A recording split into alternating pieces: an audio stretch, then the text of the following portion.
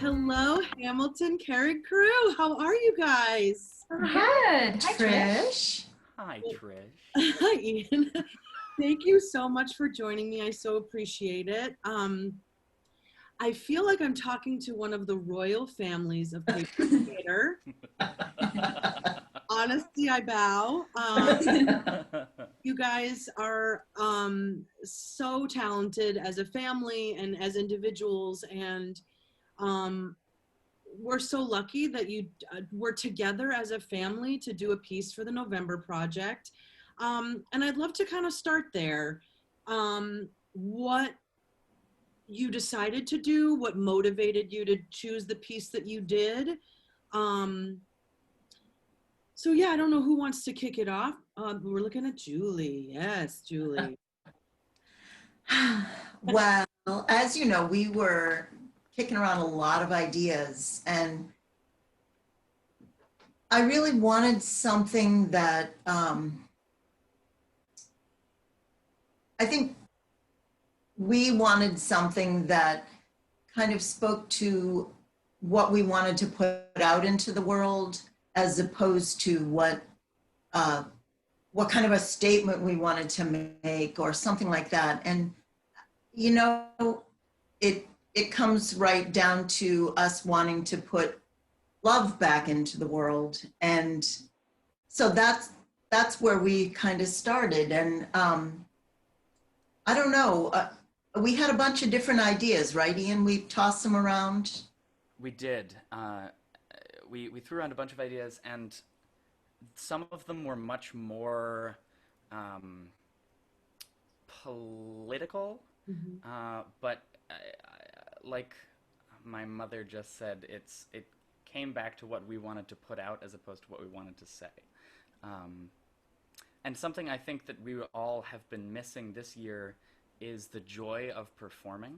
And this text and playing with it together allowed us to have much more fun, because we weren't trying to make a statement. We were trying to love and show love and love each other. Lots of fun. And it's about family, and I think we had a moment where we were like, well, we are a family, let's go with that. Yeah. And very naturally. Do you guys feel comfortable saying what it was and who it was by, or do you want to save it for as a surprise? So it was Maya Angelou, right? And was it called Family or The Family? It's called Human Family. Human Family, which I love. And I have to say, I snuck a peek, as I told you, Julie, and it was so beautiful. I love how you broke up the text and how you divided it amongst yourselves. So yeah, Jack, I'm going to throw a question at you. Oh boy.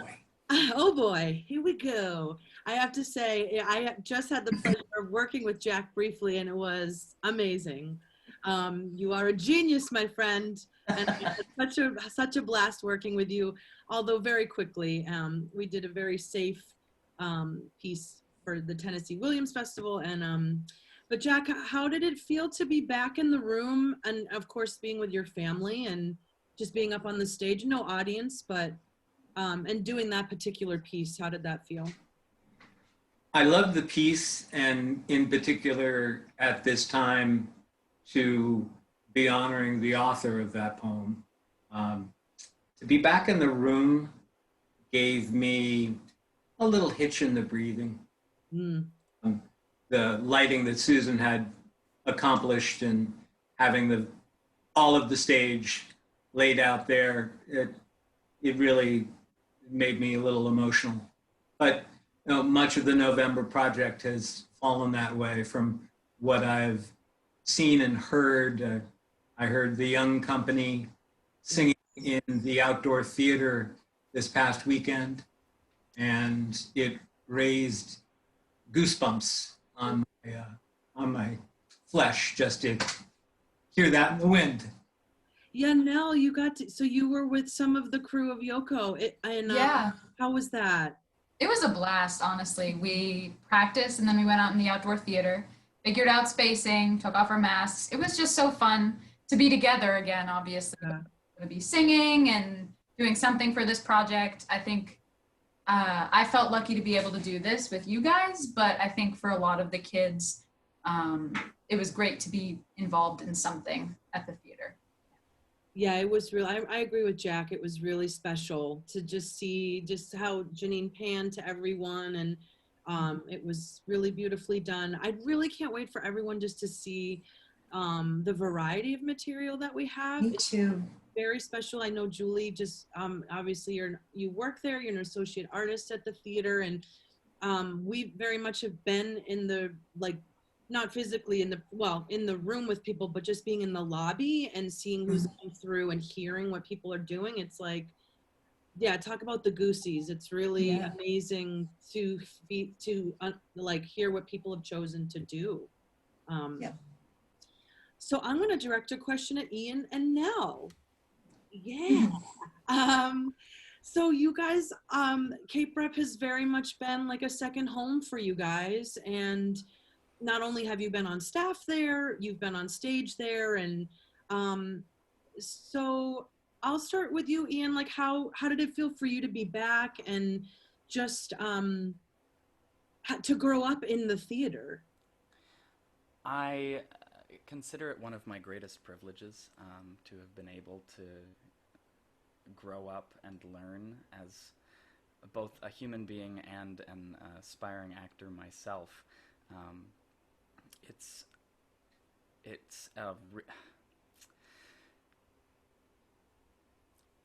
It's such a rich place to just to be, to exist in the same space as the creativity and the bustle and the energy, and to have that place so consistently since I was a little boy has been hugely valuable to my development and my happiness.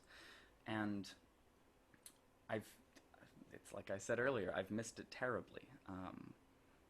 And so to step back into the lobby, even just the lobby, and see that beautiful green lobby, the beautiful green lobby, and see the green on the cinder blocks, and see the box office, it was very, very satisfying, and it was like a second homecoming. It's doubly tricky being away from home during this year.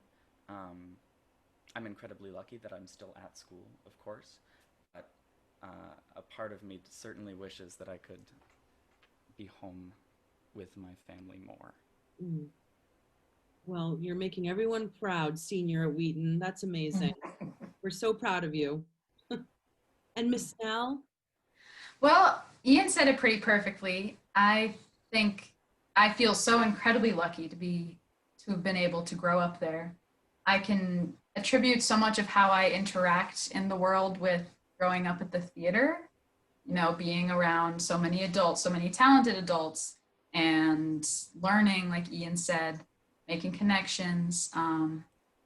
I, for a long time, like associated years with like the season at Cape Rep. So like May through November was like in my brain as the year, and like a new year would start in May, not really in January. Yeah, so it was wonderful to be back working with Mo again. She's directed me in the Young Company and in other shows. It was great to work with her, to hear Susan calling hold, and it was just great to be in the room again. Yeah, Nick Nudler, who we got to speak with, said it's kind of perfectly that it was like one of the best times he's had during a tech.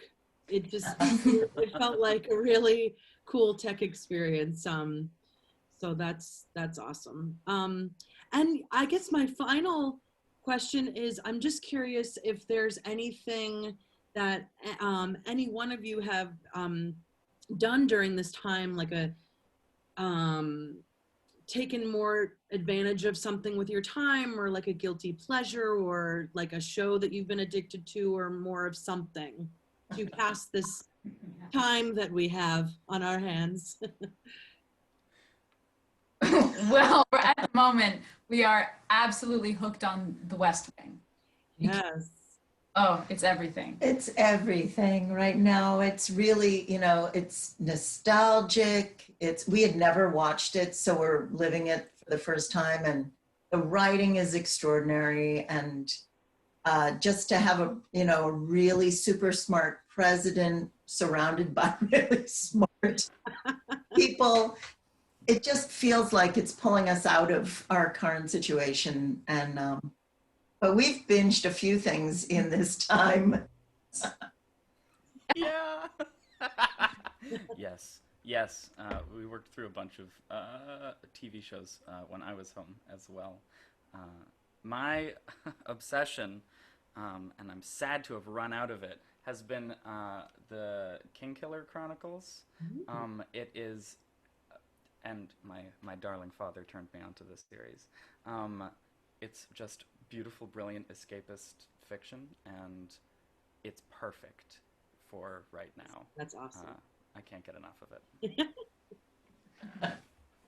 And Jack, anything for you? I have, thanks to the COVID outbreak, had to change my reading habits.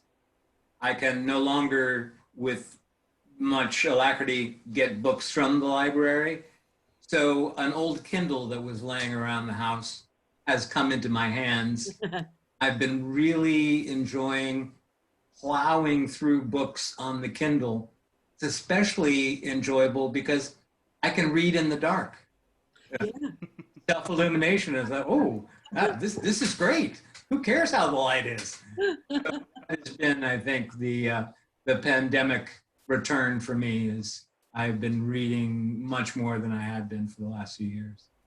Yeah, I've heard that from a lot of people actually, which is really nice to just kind of get back into that and take the time, take your mind off of all the things. But, well, this was lovely. Thank you all so much. And if you have any final thoughts or words, I'm happy to hear them, but this was really lovely. I do have one thing to share. Please. Our experience with the Tennessee Williams Festival and the rehearsals that took place here in the yard. Our dog, Josie Rose, most evenings goes out back and waits for people to arrive. She's still waiting for us. Yes. I'm telling you, I'm going to show up in your yard. And you're going to be so freaked out because I'm going to put that bag on my head, sit in a chair, and Josie's going to freak out, and then everything will be okay. Back to normal. Can't wait.